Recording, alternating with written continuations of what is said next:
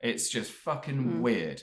And I think, though, that after a while you do fall out of love with society. Right. And you start to resent it. And that's what leads to people who are... ADHD people are more likely to be in jail. We're more likely to be drug addicts. We're more likely to disassociate from society because it doesn't accept us, not the other way around. And then there's this whole artificial effort to be more accepting of people with ADHD. But the fact is that I'm not going to employ somebody in a wheelchair if it means I now have to make my entire building wheelchair friendly just for them. And when I've got another option, which is somebody who's just as good, who is able-bodied. So you're not... If you're a journalist trying to do ADHD stuff, the instant thing that people think is that stigma of he can't do this job because of his brainwaves. The way his brain works means he's not going to be able to do this job. I won't hire him. Right. And that's what's fucked up because it's like I'm going to automatically be disqualified from things that I'm good at. Like there's nobody thinks about the positive sides of it. Like the fact that if there was a lead, I would be a bloodhound on it. I'm relentlessly in pursuit of people. For example, when my motorbike got stolen, I found the guy's address. It's 17 Connaught Way in Merseyside. In Birkenhead. I'm going to find you, little cunt. We're coming for you. Yeah, I told the police that within 3 days. They hadn't even bothered putting an officer on it. I had footage, I had everything. Because I was upset, because I had that hyper focus, because I've got the skills to find people, because I've got the skills to pursue something that upsets me. And you normally are more motivated, like it's the energy you have from the ADHD can sort of give you this relentless pursuit of something. Yeah, I won't sleep. Like in my job, it's quite useful because I'm on multiple tasks, which is another thing ADHD people are good at. I'm quite good at I keep on hammering away at people, and other people get a bit awkward from that. It's like the British culture thing, like, I want to ask people to do things. You're so intense. And I just don't care. It's like, it's my job. I'm going to ask you. I'm going to keep on going, and that's what actually I'm makes me doing good what at my I'm job supposed to do. because I just Why aren't you? relentlessly do it. Exactly. Yeah, absolutely. And like dealing with it with PR people as well is the same. It's like, why is it that if I want something, I want it done? Why is it the expectations on me are that everything should be done right now? And yet you go to people who you need to help you, and they're just not under that pressure. They always get paid more than us. Yeah, but we're more efficient. I think it's a lot of the facade thing, as we were saying. They look more competent on the surface, but they're just they're bland. And they're boring. And it's just that boring people like boring people. And there's a lot of boring people. There's a lot of boring. Very boring. And then they're like, oh, you're great. You're so funny. Like, look at all these people we just named before, like Johnny Depp, Justin Timberlake. Everyone fucking worships them. They worship people who are different from them because they're put in that right light, and all their insecurities and all that sort of bits that kind of mess with you up. And like one of the things I do is I project that what I'm dealing with is I will project that and amplify it. So if I'm happy, the whole room just lights up. If I'm sad, I'll drag it all down.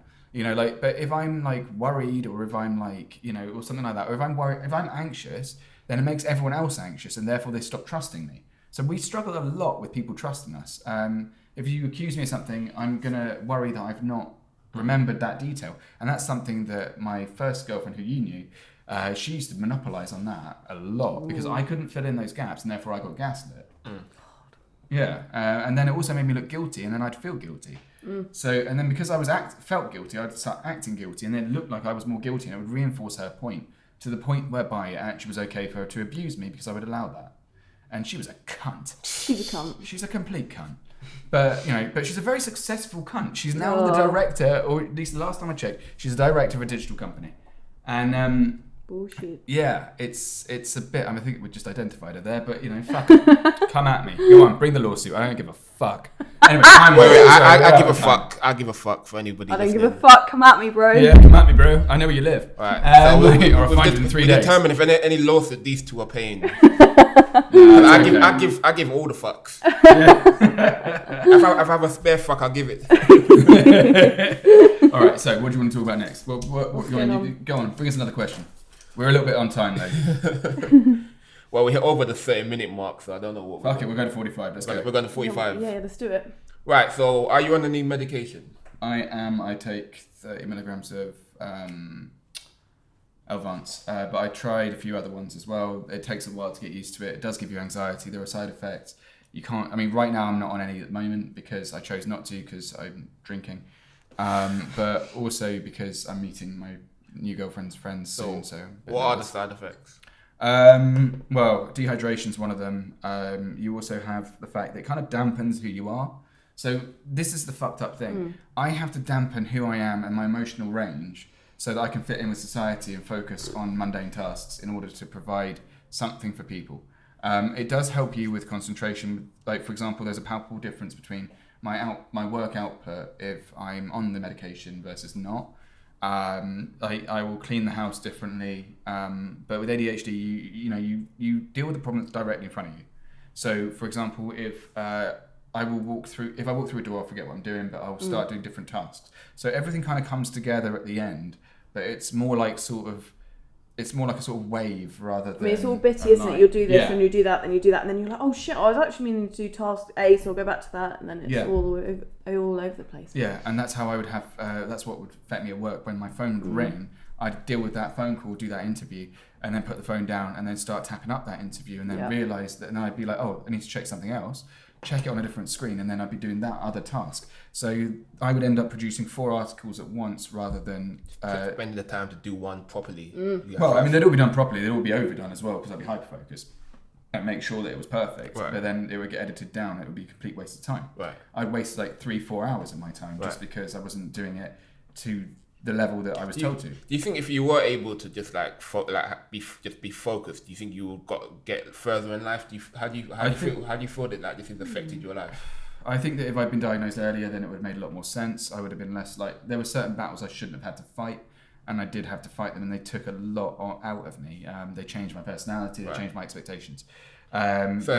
You said you always said that you've been misdiagnosed. Were you diagnosed with anything? When I was 9, they checked me. One person said I had it, the other person said I didn't. Right. My mum and dad were like, my mum and dad, obviously, my mum was a former teacher. She was like, she'd seen kids on Ritalin, and her words were that they go from being this delightful, brilliant, fun child, then they dose them up with Ritalin, and the next thing you see is they're just a potato.